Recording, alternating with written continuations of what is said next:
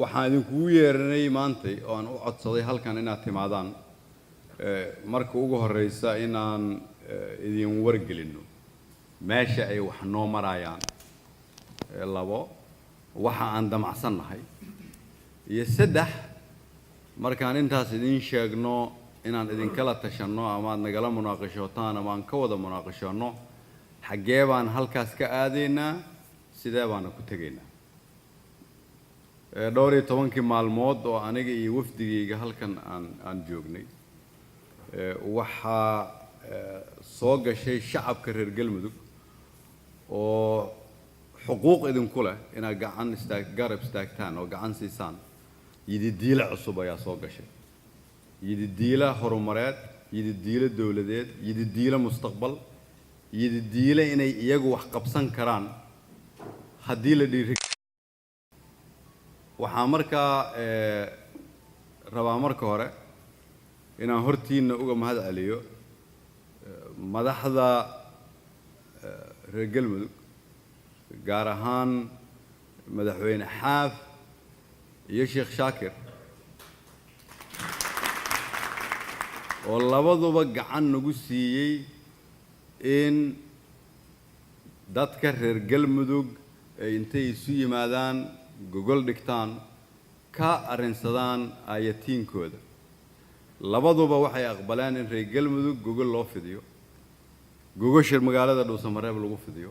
gogoshaasi ay dhasho in doorasho lagu qabto furan hufan oo xor ah xalaal ah labaduba waxay aqbaleen inay nagala shaqeeyaan ka shaqeyntaas ama aqbalkaas ay aqbaleen ayaa ahayd tallaabadii ugu horeysay oo horumarka maadaama Sheekh Shaakir uu nala joogana waxaan rabaa hortiin inaan ka cadeeyo in maalintii aan mid ilaa hadda uu noo fudiyay gacan qof loo fidin karo meeshan aan soo gaarnana uu ku leeyahay inta ugu weyn marka waxaan rabaa inaad u mahad celisaan idinkan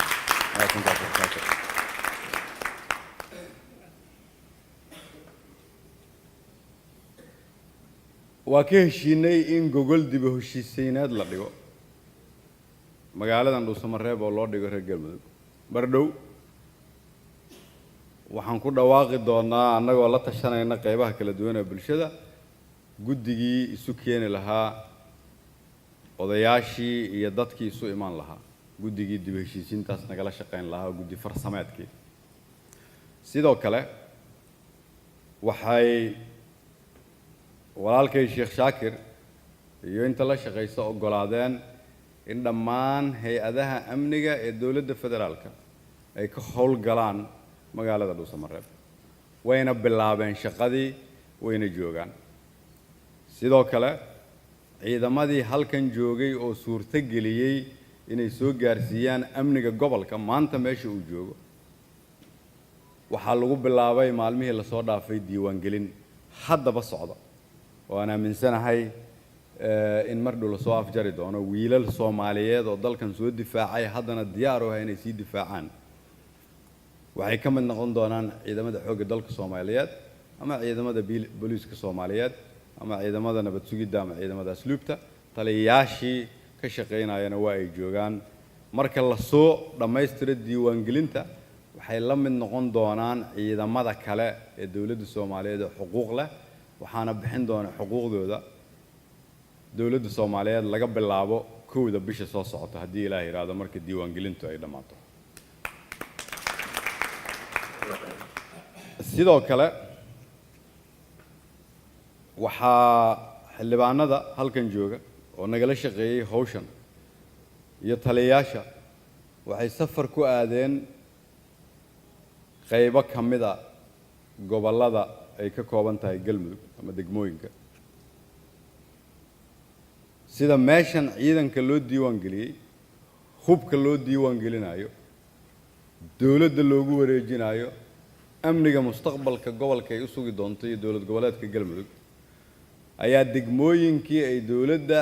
madaxdeedu soo martay taliyayaasha ciidamada iyo xildhibaanadu kulligood iyaguna waxay aqbaleen inay hubkana dawladda ku wareejiyaan ciidamada ay hayaana la diiwaan geliyo la qalabeeyo ay iyaga noqdaan ciidamada ay mas'uulka ka tahay dawladda federaalka Soomaaliya si kale haddaan u dhigo dhulka ay ka soo jeedaan oo galmudug waxa ay muujiyeen qarannimo iyo dawladnimo aan hore loo arki jirin waxay muujiyeen inay aqbalaan inay isugu yimaadaan magaalo madaxdooda waxay aqbaleen inay khilaaf dhinac iska dhigaan waxay aqbaleen doorasho halkan mustaqbalka inay ku galaan waxay aqbaleen hubka inay iska soo wareejiyaan laga bilaabo xeraale ilaa meesha hadda halkan aan joogno welina meelo kale noo dhiman iyadoo weliba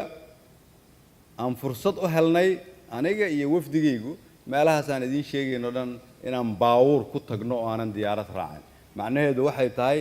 dadka galmudug ka soo jeeda oo aan aad looga hadlin wanaagooda oo kaliya la sheegay kaliya dhinaca khaldan iyagaa ka shaqaystay in intaasoo degmo aad isu mari kartid oo gaari ku tegi kartid iyadoo aan cidino ku joojin dhibna aadan la kulmin hadda waxay go'aansadeen inay intay isu yimaadaan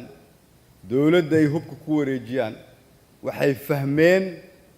hub la kala haysto inaanu wax tarayn waxay kala fahmeen kulligood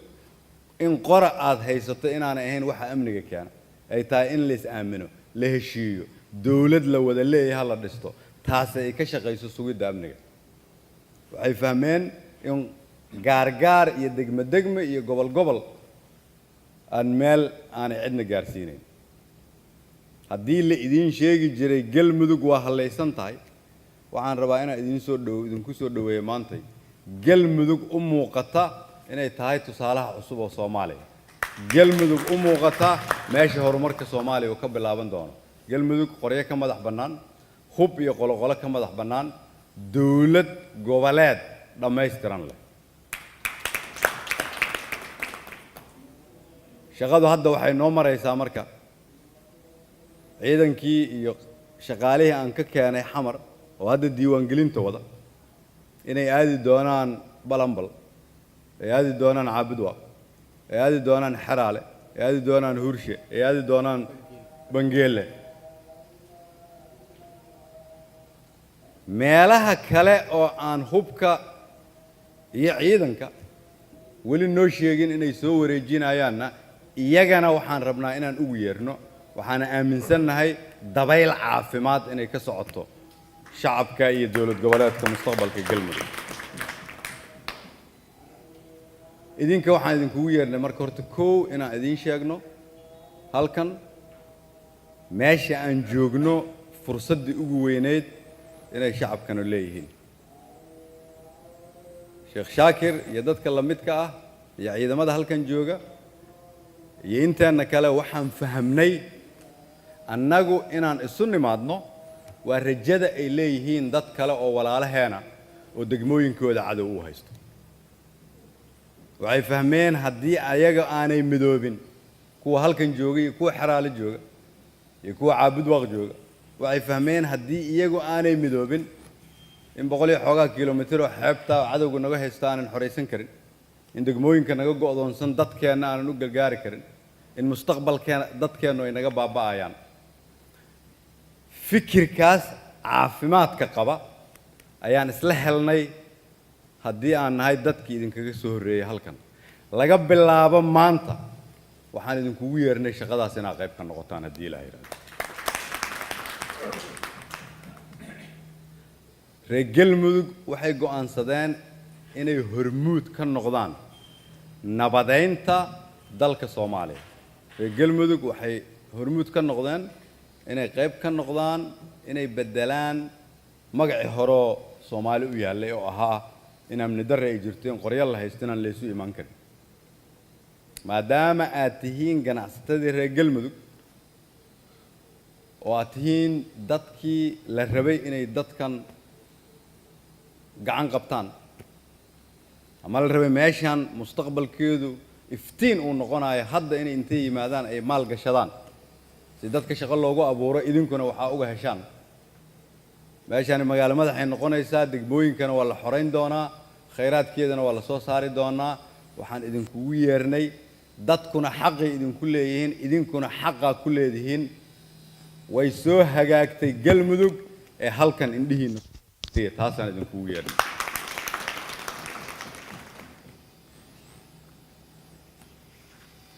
waxaa kaloo idinkugu yeernay inaan idiin sheegno maalmihii halka aanan joognay waxaa jiray dad badan oo shaki muujinaya oo aan aaminsanayn meesha aan maanta soo gaarnay inaan la gaari karin weli aaminsan meeshan in laga dhaqaaqi karin qaar baa raba inaan meeshan laga dhaqaaqin waxaan rabnaa inaad qayb ka noqotiin kumanaankii kun oo qof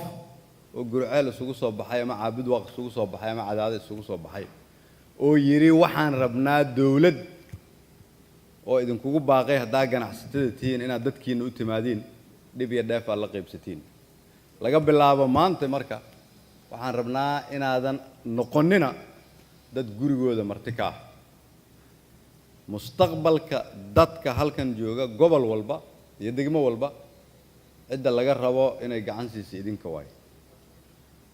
meeshan aan idinkugu yeernay maanta waxaan rabnaa inaan idin marqaati gashanno meesha aan joogno iyo waajibka annagana saaran mid la mid ah ama ka weyn idin cidla ma ahayn waad nala joogtaan waxaan rabaa marka inaad saas u ogaataan kulligeen mas'uuliyad wadareed ayaa nala ka rabaa dalkan inaan u samayno nidaam shaqaynaya gaar ahaan dowlad goboleedka galmudug waxaa kaloon aaminsanahay halkani waa xuduntii dalka waa lafdhabarkii dadka Soomaaliya intan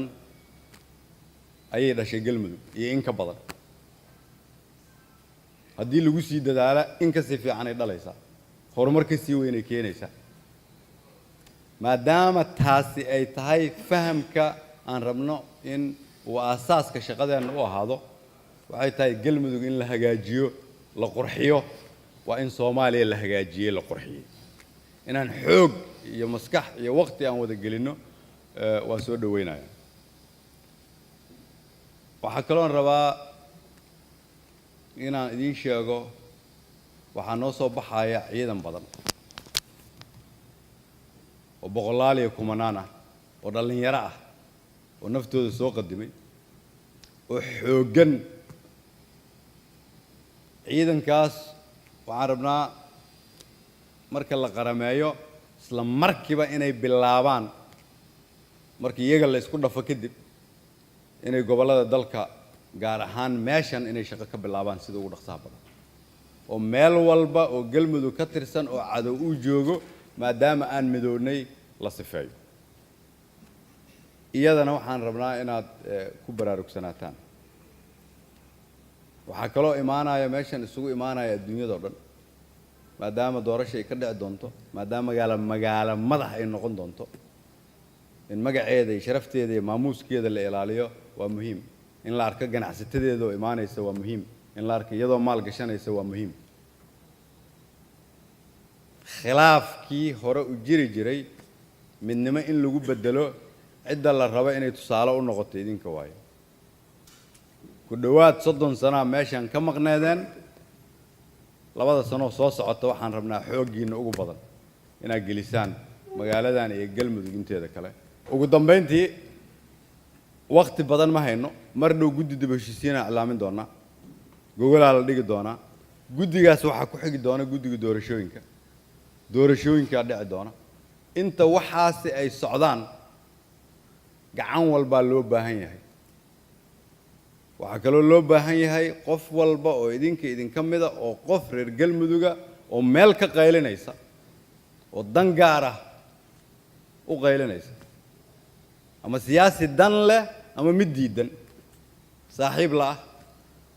waxaan rabnaa inaad tusaale u noqotiin inaad tiraahdiin waqtigaas waa la soo dhaafay danta galmudug ayaan ka hormarinaynaa danta danleyda oo siyaasiyiintu ugu horeeyaan